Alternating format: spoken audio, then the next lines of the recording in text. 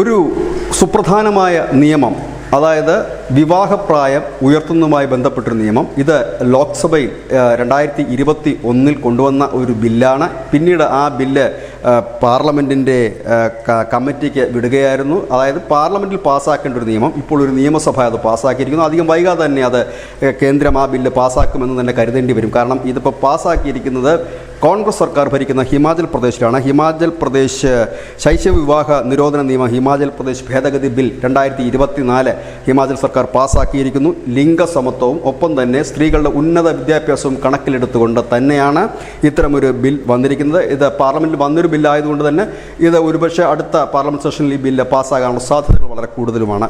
ഏതായാലും ഇപ്പോഴത്തെ കണക്കനുസരിച്ച് വിവാഹപ്രായം സ്ത്രീകളുടേത് 18 നിന്നും 21 ഉയർത്തിയിരിക്കുന്നു. പുരുഷന്മാരുടേത് 21 വയസ്സാണ്. അതിനൊപ്പം തന്നെ സ്ത്രീകളുടെ വയസ്സും ഉയർത്തുന്നതിലൂടെ ലിംഗസമത്വം അവിടെ അപ്ലൈ ചെയ്യാൻ സർക്കാരിന് കഴിഞ്ഞിരിക്കുന്നു എന്നുള്ളത് തന്നെയാണ് ഇതിൽ നിന്ന് വ്യക്തമാകുന്നത്. ഒപ്പം തന്നെ ഉന്നത വിദ്യാഭ്യാസം നേടുവാൻ സ്ത്രീകൾക്ക് കുറച്ചുകൂടി ചാൻസ് ലഭ്യമാകുന്ന തരത്തിലേക്കാണ് ഈ വിവാഹ പ്രായത്തിൻ്റെ ഒരു ഭേദഗതി വന്നിരിക്കുന്നത്. 21, അതായത് ഹിമാചൽ പ്രദേശിലെങ്കിലും ഇപ്പോൾ കുറഞ്ഞ പക്ഷം 18 നിന്നും വിവാഹപ്രായം 21 പെൺകുട്ടികളുടേത് എത്തിച്ചിരിക്കുന്നു. വരും മാസങ്ങളിൽ അത് രാജ്യമെമ്പാടും ആ നിയമം വരും എന്ന് തന്നെയാണ് പ്രതീക്ഷിക്കുന്നത്. News desk news India Malayalam.